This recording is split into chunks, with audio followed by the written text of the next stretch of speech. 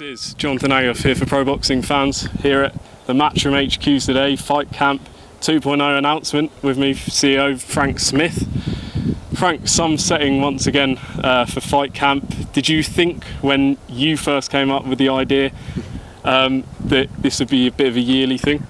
No, to be honest, I thought maybe it would just get us through COVID and then we'd be back to normal in stadiums and arenas selling out. But I think this will become an annual thing now. It's a great place to do it, and maybe it will grow over time, and hopefully next year we can have a few thousand in here. I mean, looking at the space, might be able to get a few in there.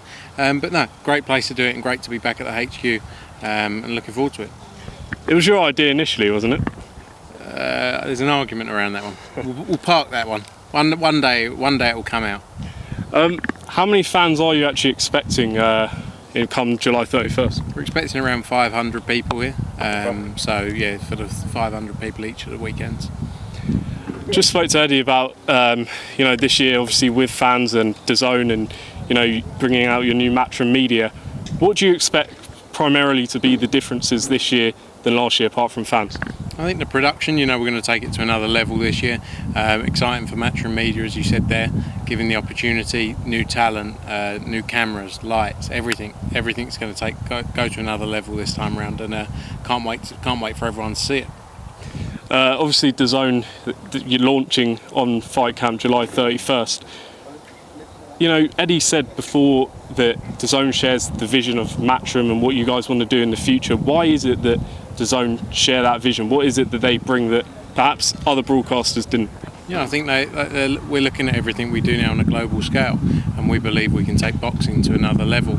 And Dazn, have obviously invested heavily into the sport of boxing, and are very excited by the prospect. And we've seen great results working together, and they're a great partner to have, because it truly is what they've created.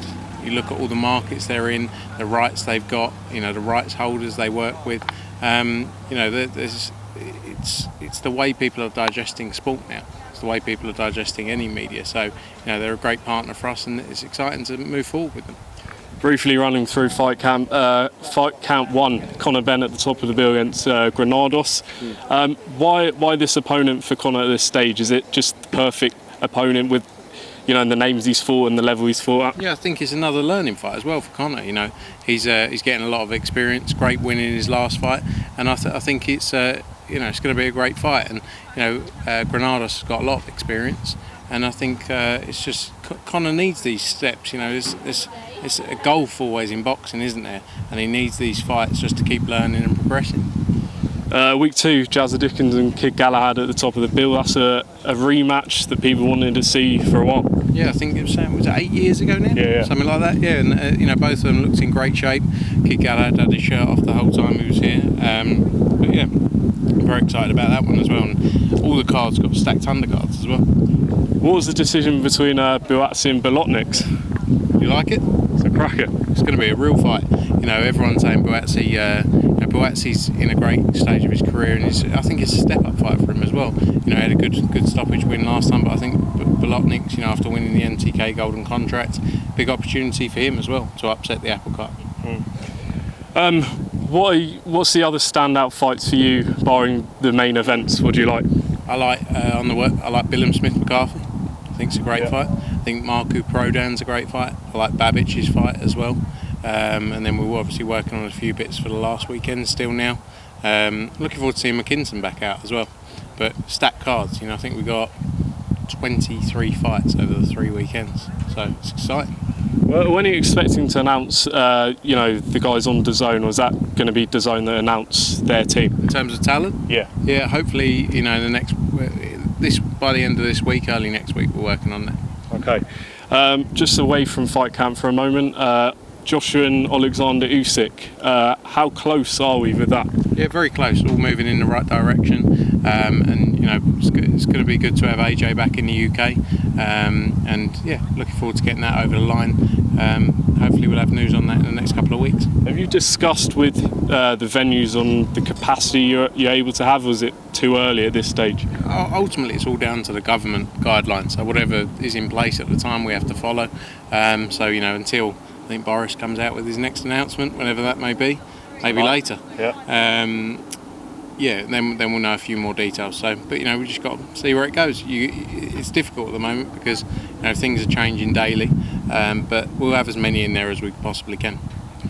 Dillian Whyte, in terms of just some clarification on the Dazn deal, initially when Mike Coppinger reported it, he said that Dillian Whyte still would have to be negotiated separately. Joshua not part of this deal. Where is Dillian Whyte in terms of this deal? Yeah, we're working on Dillian's fights now and looking at opportunities and discussing with the team.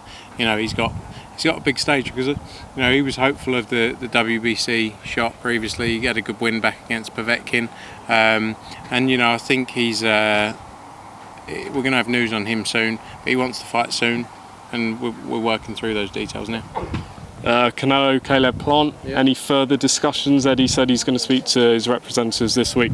Yeah, no, we're again speaking to Dazn, Eddie's dealing closely with Eddie Reynoso, and hopefully we'll have news on it soon. We're flying out to Mexico for our show next weekend, so I'm sure we'll see the team out there also. You made a big announcement earlier this week on this new venture with Canelo and Eddie Reynoso. What does that venture allow you guys to do with Canelo specifically? No, it's exciting to try and build the future stars of boxing from Mexico. We're going to do 4 shows a year there. Again, another great teamwork between us and Dazn, and they're looking at new markets constantly. So it gives us that opportunity to find that next superstar. What Canelo's done. There's many fighters in Mexico who want to become the next Canelo. So there's a huge opportunity here to springboard from. Final couple just on the US stable. Demetrius Andrade gate crashed Canelo's presser a couple of weeks ago. How difficult is it to find a fight for him with his awkward style, such an effective style? Is it difficult to match him, or do you have anyone sort of in the pipeline for him? Yeah, we're working through opportunities now. Don't get me wrong, it's been quite publicly spoken about how he's not the easiest person to find an opponent for, but we're working on it now, and hopefully he'll be out in the next in the fall. He had a good win against Liam Williams, and now he's got to step on. He to be fair to Demetrius, he always wants the big fights, so that's what we're working towards. And just finally, Devin Haney came off a great win against Linares, almost a shutout for 10 rounds, and then one shot, and people weren't too happy with the performance. Did you feel like the criticism was slightly harsh on him, considering the dominance he had before? Yeah, probably. And ultimately the fighters have got to learn, haven't they? And he's gone in there against Linares. He got caught at the end of the fight, but like you say, he won nearly every other round in a real dominant performance. So he learned.